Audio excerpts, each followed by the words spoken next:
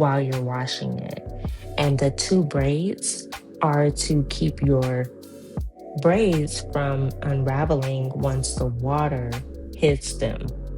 Because as you know, we're dealing with 100% human hair. Just to get that conditioner throughout, and you just want to do that one time, allow it to sit just for a second, and then you can go ahead and rinse it out.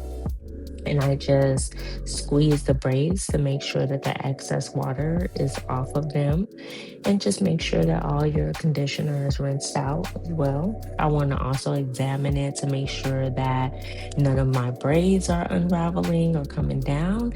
And I'm telling you, this two braid process is the win because literally none of the braids unraveled. It allows for your edges to really lay properly and not have buildup or the whiteness,